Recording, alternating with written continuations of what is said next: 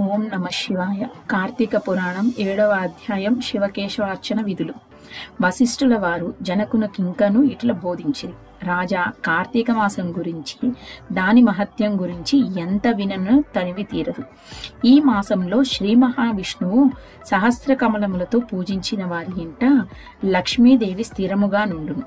తులసీ దళములతో గాని బిల్వపత్రములతో గాని సహస్రనామ పూజ చేసిన వారికి జన్మరాహిత్యం కలుగును. కార్తీక మాసమందు ఉసిరి చెట్టు కింద సాలగ్రామం ఉంచి భక్తితో పూజించిన ఎడల వారికి కలుగు మోక్షం ఇంతింత కాదు. అటులనే బ్రాహ్మణులకు కూడా ఉసిరి చెట్టు కింద భోజనం పెట్టి తాను తినిన సర్వ పాపములు పోవును. ఈ విధముగా కార్తీక స్నానములు దీపారాధనములు చేయలేని వారు ఉదయం సాయంకాలమైనను గుడికైనను వెళ్ళి భక్తితో సాష్టాంగ నమస్కారములనైనా చేసిన ఎడల వారి పాపములు నశించును. సంపత్తి గలవారు శివకేశవుల ఆలయములకు వెళ్ళి భక్తితో దేవతార్చన హోమాదులు దాన ధర్మములు చేసినచో అశ్వమేధం చేసినంత ఫలం దక్కుటయేగాక వారి పితృదేవతలకు కూడా వైకుంఠ ప్రాప్తి కలుగును. శివాలయమున గాని విష్ణువాలయమున గాని జెండా ప్రతిష్ఠించినచో యమకింకరులు దగ్గరకు రాలేరు సరికదా. పెనుగాలికి ధూళిరాసులు ఎట్లో ఎగురును కోటి పాపములనైనను పటాపంచలై పోవును.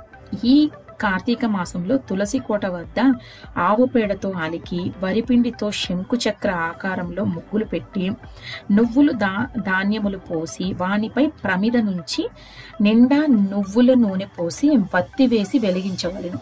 ఈ దీపము రాత్రింబవళ్ళు ఆరకుండా ఉండవలెను. దీనినే నందా దీపమందురు. ఈ విధముగా చేసి నైవేద్యమిడి కార్తీక పురాణం చదువుచుండిన ఎడల హరిహరులు సంతసించి కైవల్యం ఒసంగెదరు. అటులనే కార్తీక మాసంలో ఈశ్వరునికి జిల్లేడు పూలతో అర్చించిన ఆయుర్వృద్ధి కలుగును. సాలగ్రామమునకు ప్రతినిత్యం గంధం పట్టించి తులసీదళములతో పూజించవలెను.